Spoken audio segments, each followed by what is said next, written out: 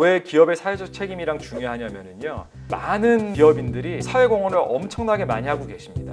그런데 그거를 연결을 못 시키세요. 이 글로벌 디벨롭먼트 아젠다 SDG랑 연결을 하셔야 됩니다.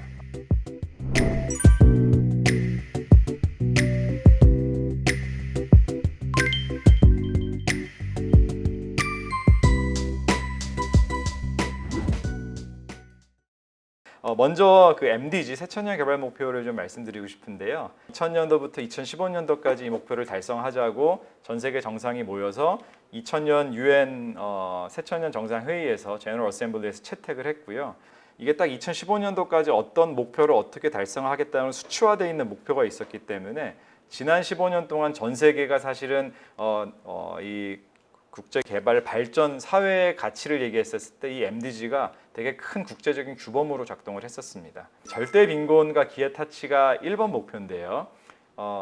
이 절대 빈곤은 이제 어떻게 저희가 규정을 하냐면요, 소득으로 기준을 합니다. 그래서 이 당시에는 하루에 1달러 25센트 미만으로 사는 사람들을 극빈층이라고 세계은행, 월드뱅크가 규정을 했습니다. 이 인구가요, 1990년대 기준으로는 전 세계 인구의 한 35% 이상이 극빈층이었습니다. 최근에 하루에 1달러 25센트 미만으로 사는 사람을 극빈으로 규정한 게 너무 낮은, 기본적인 인간의 의식주도 해결하지 못하는 수준이기 때문에 이제 세계은행이 이 기준을 계속 올립니다. 그래서 2015년도에는 기준을 1달러 90센트를 올렸어요. 그러니까 좀 빈곤층이 더 많아졌겠죠. 그래서 이렇게 굶주림에 처해 있는 인구를 절반으로 줄이고 싶은 게 지난 MDG 1번의 목표였었는데요.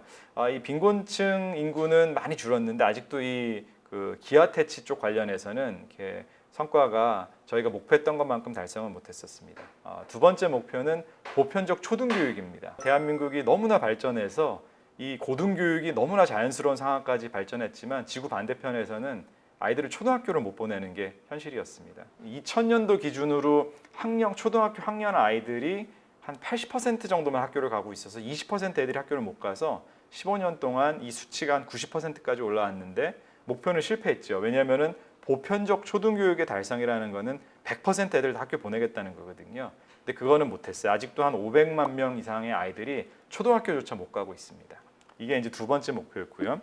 세 번째는 양성평등입니다. 이 젠더 이퀄리티라고도 하는데 이 양성평등은 되게 다면적인 겁니다. 그래서 예를 들어서 저희가 인구가 반반인데 국회의원이 남성, 여성 반반인가요? 그렇지 않죠.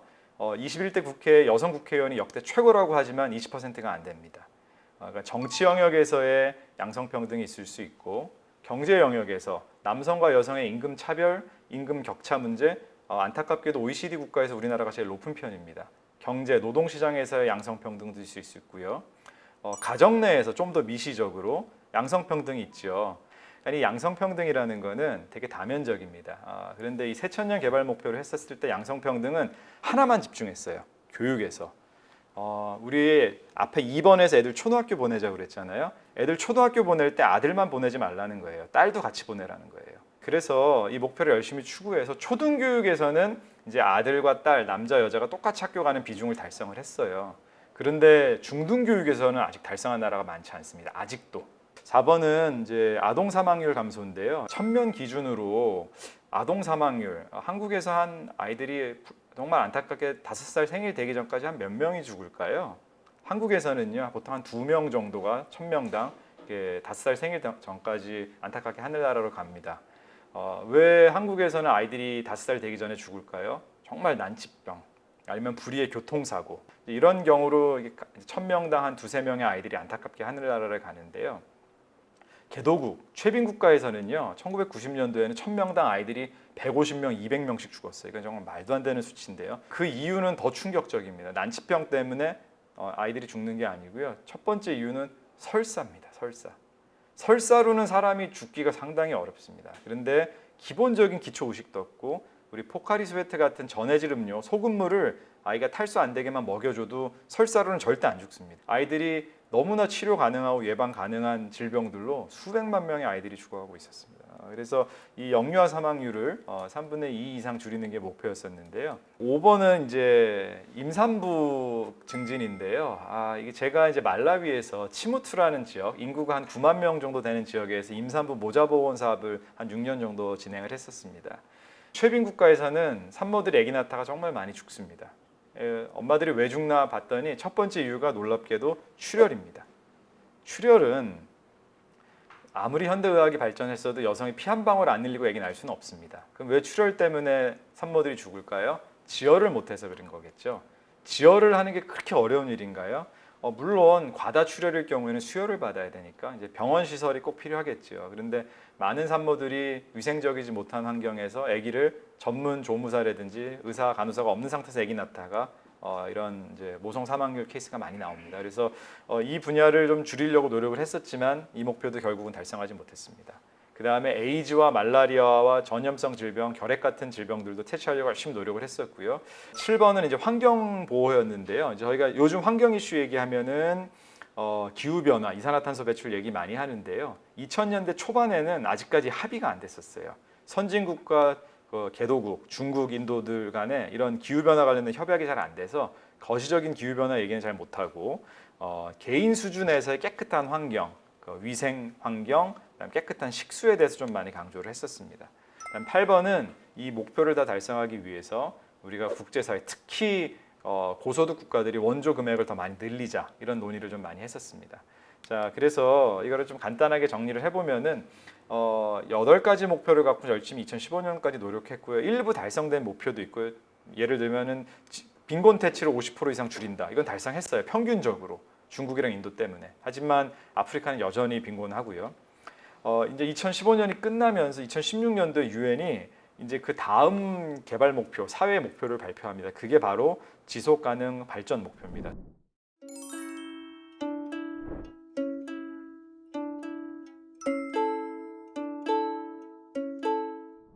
이게 이제 왜 기업의 사회적 책임이랑 중요하냐면요. 우리 많은 기업인들이 실제로 사회공헌을 엄청나게 많이 하고 계십니다. 그런데 그거를 잘 이렇게 연결을 못 시키세요. 그래서 이미 뭐 추가적으로 내가 뭐 돈을 더 기부하고 뭐 이러는 것도 너무 중요하지만 이미 기업에서 활동하고 있는 게 이미 사회적 가치들을 실현하고 있는 게 되게 많은데요. 그거를 어디다 연결하셔야 되냐면요. 이 글로벌 디벨롭먼트 아젠다 SDG랑 연결을 하셔야 됩니다. 1번은요. 모든 형태의 빈곤을 2030년까지 종식시킨다가 목표입니다. 이거 우리가 2030년도까지 이 모든 형태의 빈곤을 아예 다 없앨 수 있을까요? 쉽지는 않을 겁니다. 예수님께서도 가난한 사람들은 평생 옆에 같이 있을 거라고 말씀하셨잖아요. 그런데 이 SDG는 꼭 현실적인 목표만 설정해 놓은 건 아니고요. 우리 인류가 지향하는 비전, 목표를 설정해 놓은 거라고 볼 수도 있습니다. 그런데 또 한편으로 돌이켜 보면 이게 과연 불가능한 목표인가? 저는 또 꼭 그렇게 생각하지는 않습니다. 예를 들어서 대영 제국 때 생각해 보면 노예 무역이요. 그 대영 제국의 전체 GDP의 3분의 1을 차지했었습니다. 그 당시에 노예 무역을 폐지한다는 건 상상할 수가 없었던 일입니다. 그 당시에 누가 노예 무역 폐지하자 그러면 아마 그건 불가능한 목표라고 생각했었을 겁니다. 그렇지만 그 윌버포스와 같은 사람들이 우리 기독교 공동체가 선각자적인 역할을 해서 결국은 노예제 폐지됐잖아요. 이 노 퍼버티라는 목표가 불가능한 목표처럼 보이지만 꼭 불가능한가? 아닐 수도 있다고 좀 생각을 합니다. 2번이 MDG, 2번이 보편적 초등교육 달성이었잖아요. 그런데 SDG에서는 이 목표가 진짜 넓어졌어요. 이래서 초등교육, 중등교육, 고등교육, 대학교육, 평생교육까지 다 잘하자. 그런데 이 4번에 하나 붙은 게요. 퀄리티 에듀케이션이라고 붙었습니다. 교육의 질도 챙기겠다는 거예요. 그러니까 이제 애들을 학교만 보내는 건 충분하지 않은 거예요. 애들이 학교 가서 잘 배우냐까지 보겠다는 거죠. 지속가능 발전 목표 SDG에서 있었던 목표 중에요. 이 보시면 양성평등, 젠더 이퀄리티가 이제 포괄적으로 다뤄지고요. 그다음에 워터 앤 세니테이션, 이것도 이제 6번 목표지요. 7번부터는 예전에 MDG에 없었던 목표가 나옵니다. 에너지. 8번은 decent work, 자 고용 문제. 자 이게 제가 봤을 때는 우리 기독 경영인들과 가장 관련되는 SDG 목표가 아닐까 싶습니다. MDG에는 없었던 건데요. 저희가 공장이 해외에도 있을 수 있고 주로 개도국에 있는데요. 거기서 양질의 일자리를 제공해주고 좋은 고용을 해주는 것 자체가 사실은 우리 국제사회가 추구하는 SDG 8번 목표입니다. 여기에 지금 기여하고 계신 거예요. 그다음에 이니퀄리티 이슈, 불평등 이슈가 점점 커지기 때문에 부자 나라, 가난한 나라의 불평등, 나라 안에서의 부자, 가난한 사람들의 불평등을 다 다루고 있습니다. 그리고 도시에서의 문제도 중요하고요. 생산과 소비 문제. 13번부터는 MDG에서 다루지 못했던 거대 기후 환경 얘기들이 많이 나옵니다. 그래서 그 기후 변화 13번이 들어가 있고요. 14번이 이제 해양 생태계, 15번이 육상 생태계, 그 다음에 평화와 안보, 그 다음에 정치 제도를 16번에서 다루고 항상 끝에 17번은 글로벌 파트너십입니다. 그래서 마지막은 항상 파트너십을 강조가 되는 게 이 새천년 개발 목표에서 넘어온 지속 가능 발전 목표입니다. 그래서 이 SDG 관련돼서 이제 17개가 있는데요. 여기에 관련돼서 우리 기업이 하고 있는 활동이 어디에 많이 연관되시는지 한번 매칭해 보시면 좋으실 것 같아요. 일단은 8번이 많이 기업의 사회적 책임에서 가장 중요한 고용에 우리가 기여를 하고 있고요. 또 실제로 농촌 지역에 뭐 공정이 있으면 인프라스트럭처도 막 까시겠죠. 그 다음에 아이들 장학금 주면은 그게 SDG 4번에 기여하시는 거고요. 또 보통 학교만 지어주시는 경우가 아니고요. 애들 장학금 주는 경우도 지금 학교에 워낙 열악하기 때문에 여자애기들 다니는 화장실이 없어서 학교 못 오는 경우도 있거든요. 그다음에 식수대 같은 것도 만들어주고 손도 씻어야 되니까 이게 다 워터 앤 세니테이션입니다. 우리 기업이 하고 있는 많은 활동들이 SDG로 17개로 만들어져 있는 이 지속가능 발전 목표 17개 어디에 연관되는지를 잘 맞추셔가지고서는 앞으로 조금 더 사회 공헌을 더 계획해 보시거나 이러면 참 좋지 않을까 싶습니다. 이 SDG와 이제 글로벌 CSR과 관련돼서 이제 제가 드리고 싶은 말씀은 MDG는 목표가 8개였잖아요. 그래서 최빈 국가의 가난한 사람들에 좀 초점이 맞춰져 있었습니다. 그런데 Sustainable Development Goal은요, 목표가 17개로 늘어났고요. 이 목표는 가난한 개도국의 목표가 아닙니다. 양질의 교육은요, 우리나라에서도 되게 중요해요. 미국에서도 중요하고요. 불평등의 문제는 전 세계의 문제죠. 그래서 이 17개의 지속가능 발전 목표는 선진국, 개도국, 후진국, 고소득 국가, 저소득 국가 모두에게 적용되는 목표입니다. 그리고 목표도 많아졌고 목표 하나하나 자체가 넓어지고 깊어졌기 때문에 달성하기가 어렵습니다. 그래서 기존의 전통적인 국가가 뭐 이렇게 해가지고선 달성할 수 있는 목표가 아니에요. 그래서 이거는 시민사회, 학계, 특히 기업의 적극적인 참여가 있어야지만 달성할 수 있는 목표입니다. 특히 기업이 사회에 공헌하고 있는 기업의 이 CSR 활동이 이 SDG, Sustainable Development Goal을 달성하는 데 너무나 필요한 목표입니다. 그래서 제가 가장 좋아하는 기업의 CSR 사례가요. 인도에서 네슬레가 했던 거예요. 한 60년도 전에 이 펀잡 북부 지역에 네슬레가 들어갑니다. 그래서 그 농부들의 그 버팔로에서 이렇게 소젖을 짠 거를 받아가지고서 이제 낙농 쪽 사업을 하는데요. 워낙 열악하지요. 소들 상태도 안 좋고 우유 질도 안 좋고 뭐 아무 인프라도 없고. 그래서 그때 한 5, 60년 전에 한 100가구 정도의 농가들한테 이제 그 우유를 이렇게 받아서 이제 수매를 시작했어요.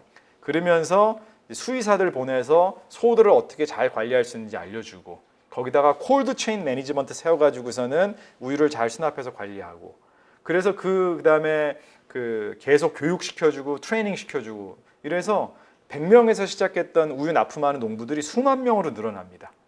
이게 50년 동안 이 기업이 꾸준하게 뚝심을 가지고선 CSR 기업의 사회적 책임을 달성하니까 이 북부 펀잡의 가장 가난했던 동네가요 네슬레 때문에요 지금 가장 부유한 마을이 됐습니다. 그리고 놀라운 일은요 이 농부들이 점점 더 많은 소를 키우면서 우유를 납품하고 품질이 B등급에서 A등급, 더블 A등급이 되면서 돈을 받게 되는 돈도 많아지잖아요. 그래서 농부들이 점점 부자가 되서 어떻게 되냐면요 그 아이들 키울 때는요 네슬레 분유를 먹입니다. 그러니까 이제 네슬레의 고객이 된 거죠. 이게 참 놀라운 사례인데요. 이 네슬레 사례도 참 제가 좋아하는 그 CSR 사례입니다.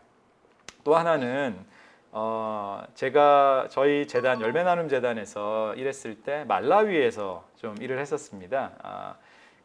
이제 제프리 sak스 교수님이 아프리카 10개국에서 밀레니엄 빌리지 프로젝트라는 걸 하셨었어요. 그래서 마을 한 수십 개 마을 이렇게 모아서 한 10년 동안 열심히 지원을 해주면은 이 새천년 개발 목표 8개를 다 달성할 수 있음을 보여주려고 시범 사업을 좀 하셨었습니다. 그래서 그 말라위에 구물리라 지역에 한 마을 13개 정도가 클러스터가 있었는데 가보니까요 이게 완전 깡시골이에요. 그래서 전기도 없고 수도도 없는 거예요. 마을 주민들로 직원들을 다 꾸려서 팀을 다시 짰어요.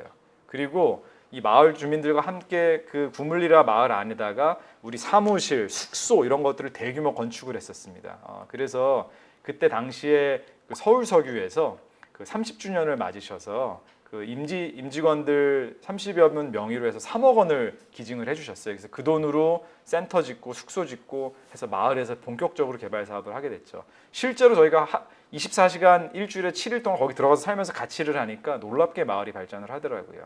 그런데 서울석유는요, 그 기름을 받아서 국내에 유통하는 이제 유통업체입니다.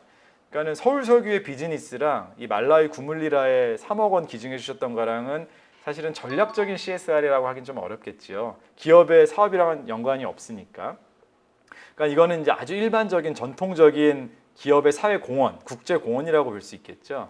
근데 이제 이 서울석유가 이렇게 말라위에 이 지역 사회를 위해서 이렇게 크게 기부를 해주시면서 이 회장님께서 이런 모델을 우리가 직접 사업하고 있는데도 좀 적용하고 싶다라는 이제 생각을 하시게 된 거예요. 그래서 그때 당시에 이 서울석유의 자회사가 되게 큰 규모의 그 플란테이션 사업을 이제 바이오 디젤 때문에 인도네시아에서 한 몇천억 규모의 투자를 이제 하시게 됐었는데요.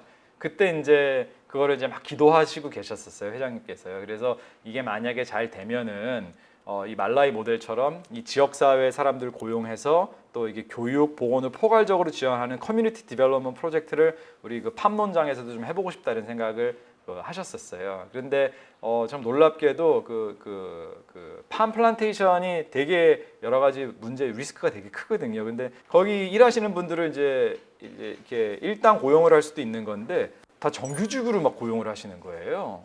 이거는 뭐 인건비가 이렇게 답이 안 나오잖아요.